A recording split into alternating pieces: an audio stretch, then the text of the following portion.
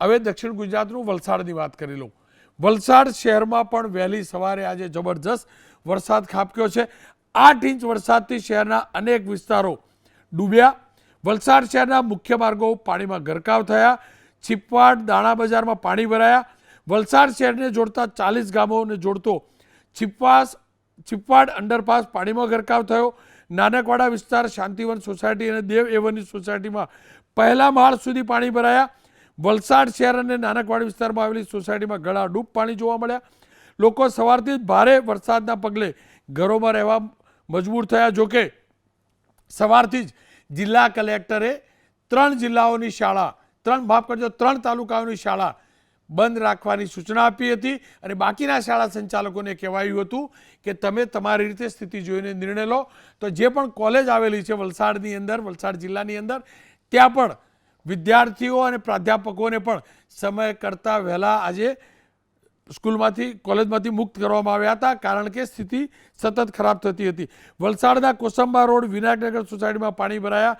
ઘર વખરીને ભારે નુકસાન થયું છે. વલસાડમાં પડેલા ધોધમાર વરસાદના કારણે અનેક ઠેકાણે જે પાણી ભરાયા હતા તેમાં વાલસાણા, ધોબી તળાવ વિસ્તારોમાં ઘરોમાં પાણી ઘૂસ્યા છે.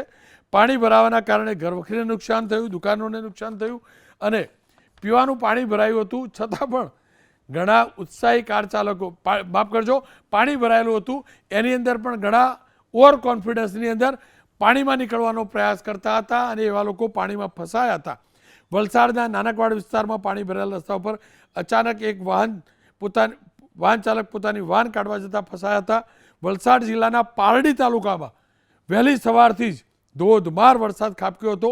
મુખ્ય રસ્તા પર પાણી ભરાતા લોકોને તકલીફ પડી હતી. પારડી તાલુકાના દેસાઈ ફળિયા અને કોસ્ટલ રોડ પર વરસાદી પાણી ભરાયા હતા.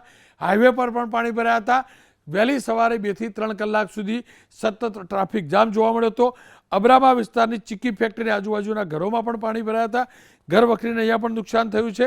વલસાડમાં આવતીકાલે પણ રેડ એલર્ટ જાહેર કરાયું છે. દમણની વાત કરી લઉં, સંઘ પ્રદેશ, તો દમણની અંદર પણ આ જ પ્રકારે ભારે વરસાદ નોંધાયો છે. સેલવાસામાં પણ ભારે વરસાદ નોંધાયો હતો. ભારે વરસાદના કારણે જનજીવન ઉપર અસર થાય ચોક્કસ છે, પણ દમણનું પ્રશાસન પાણીના નિકાલને લઈને જબરજસ્ત એલર્ટ છે, જેના કારણે અન્ય વિસ્તારો કરતાં કદાચ ઓછી સમસ્યા થઈ છે. પણ દરિયો ચોક્કસથી તોફાની હતો. ઊંચી લહેરો ઉડી રહી હતી. આપ દ્રશ્યો જોઈ શકો છો. પર્યટકો માટે સારામાં સારો સમય હતો, પરંતુ એ ન ભૂલવું જોઈએ કે આ ઊંચી લહેરો ઘણીવાર રોડ ક્રોસ કરીને પણ આવતી હોય છે, નમો પાથ પણ ક્રોસ વટાવતી હોય છે અને એટલે જ પ્રશાસને પણ વિશેષ સાવચેતીના ભાગરૂપ ઘણી જગ્યાએ બેરિકેડ્સ પણ લગાવ્યા. પોલીસ પેટ્રોલિંગ સતત વધાર્યું પણ હતું. આવતીકાલે પણ દમણ, સેલવાસા, દીવ અને વલસાડ ત્યાં પણ આ જ પ્રકારે એલર્ટ અપાયું છે.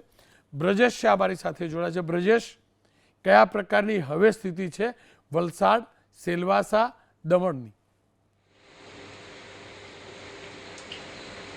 સૌપ્રથમ વાત વલસાડ જિલ્લાની કરીએ તો 35 જેટલા રોડ જે નીચાણવાળા પુલો હતા તે કટ ઓફ થઈ ચૂક્યા હતા, કારણ કે પુલો પરથી પાણી જઈ રહ્યું હતું અને જેને લઈને પોલીસને જાણકારી આપવામાં આવી હતી અને રોડ ડાયવર્ટ કરવામાં આવ્યા હતા. ત્યારબાદ વાત કરીએ વલસાડ શહેરની, તો રોનકભાઈ, 72 લાખ રૂપિયા વલસાડ નગરપાલિકા દ્વારા પ્રી મોન્સૂનની કામગીરી માટે ખર્ચવામાં આવ્યા હતા, પરંતુ આ 72 લાખ રૂપિયા આજે ખાડામાં ગયા હોય એવું સ્પષ્ટપણે દેખાઈ રહ્યું હતું, કારણ કે વલસાડ શહેરનો એવો કોઈ પણ વિસ્તાર નહોતો કે જેની અંદર પાણી નહોતા ભરાયા. કોઈ પણ વિસ્તાર પકડી લો. સૌથી મહત્વની બાબત, જ્યાં કલેક્ટર રહે છે, ડીડીઓ રહે છે, જજીસ રહે છે, એવી જગ્યા ઉપરથી તેઓને પણ નીકળવાનું ભારે પડે એવા તિથલ રોડ જેવા પોશ વિસ્તારમાં પણ પાણી ભરાયા હતા.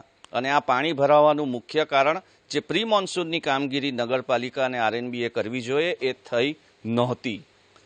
જે ડિઝાસ્ટર મેનેજમેન્ટના મામલતદાર છે તેઓએ પણ રસ્તો ફરીને આવવું પડ્યું હતું, તેવી સ્થિતિનું નિર્માણ થયું હતું. વલસાડના અલગ અલગ વિસ્તાર, ધોબી તળાવ, ભાગડાવાડા કે નાનકવાડાની વાત કરીએ તો ત્યાં પણ પાણી ભરાયા હતા. ભાગડાવાડાનો અને નાનકવાડાનો જોઈન્ટ થતો એક વિસ્તાર એવો હતો જ્યાં આખું ગ્રાઉન્ડ ફ્લોર પાણીમાં ગરક થઈ ગયું હતું. સીધા ફર્સ્ટ ફ્લોર સુધી પાણી આવી ગયું હતું. દેવ રેસિડેન્સીમાં આખું પાર્કિંગ પાણીમાં ડૂબી ગયું હતું. સૌથી ખરાબ હાલત મિશન કોલોની વિસ્તારની અંદર Rachana park society, Rashmi park society અને સત્યમ સોસાયટીમાં ઘરોમાં પાણી ભરાયા હતા. રોનકભાઈ, આ વિસ્તારની અંદર સિનિયર સિટીઝનો રહે છે, એવા વયોવૃદ્ધ લોકો રહે છે જેઓ એકલા રહે છે. તેઓના બાળકો ક્યાંક તો ફોરેન છે અથવા તો બીજે જોબ કરે છે. પાણીની વચ્ચે રૂમમાં તેઓ એકલા બેસી રહ્યા.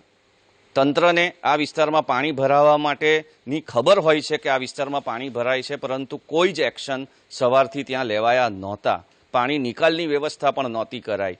માત્ર ને માત્ર ટેકનોલોજીના નામ રૂપે જો સમજીએ તો વરસાદ અટકે ને પાણી ઉતરી જાય, બસ આ જ એક ટેકનોલોજી છે કે જેઓને પોતાના ઘરોમાંથી પાણી નીકળી શકે, એમાં રાહત આપી શકે. વલસાડ જિલ્લાના નેશનલ હાઈવેની વાત કરીએ તો હજી ગયા અઠવાડિયે જ રોડ બનાવાયા હતા, પરંતુ અત્યારે નેશનલ હાઈવે નંબર 48 પર અગર આપ વલસાડ જિલ્લામાંથી પસાર થાવ અને જો રાત્રિ દરમિયાન પસાર થાવ તો ચોક્કસથી ધ્યાન રાખજો. દર્શકોએ ખાસ ધ્યાન રાખવું, ગમે ત્યાં ખાડા પડેલા છે અને નાના નહીં મોટા મોટા ખાડા અત્યારે પડી ચૂક્યા છે. સાથે સાથે સર્વિસ રોડ ઉપર ત્યાં ઘણી જગ્યા પર પાણી ભરાયું હતું. બ્રજેશ, જી, આવતીકાલ માટે પ્રશાસન તરફથી કોઈ સૂચના અપાઈ છે? શાળા કોલેજોને લઈને કોઈ સૂચના અપાઈ છે? જી, આ એલર્ટ ચોક્કસ જાહેર કરાયું છે, પરંતુ રાતના વરસાદની પરિસ્થિતિને જોઈને તંત્ર દ્વારા એની જાહેરાત કરાશે એવું અત્યારે જાણવા મળી રહ્યું છે. શાળા કોલેજની અંદર અત્યારે જે રીતે આજે બપોર પછી વરસાદ ખૂબ ઓછો થઈ ગયો હતો એટલે કોઈ ડિક્લેરેશન કરવામાં આવ્યું નથી, પરંતુ પરિસ્થિતિનો તાગ મેળવીને આ જાણકારી આપવામાં આવશે. બ્રજેશ, આપનો ખૂબ ખૂબ આભાર. વહેલી સવારથી તમે પણ સતર્ક રહેજો, કારણ કે વરસાદ દક્ષિણ ગુજરાતમાં સવિશેષ પડી રહ્યો છે. સૌરાષ્ટ્ર અને દક્ષિણ ગુજરાતમાં હાઈવેનો એન્ટ્રી પોઈન્ટ છે. મહારાષ્ટ્રની અંદર પણ એ જ પ્રકારનો વરસાદ છે. મુંબઈથી પણ સતત વરસાદ છે. આપનો ખૂબ ખૂબ આભાર.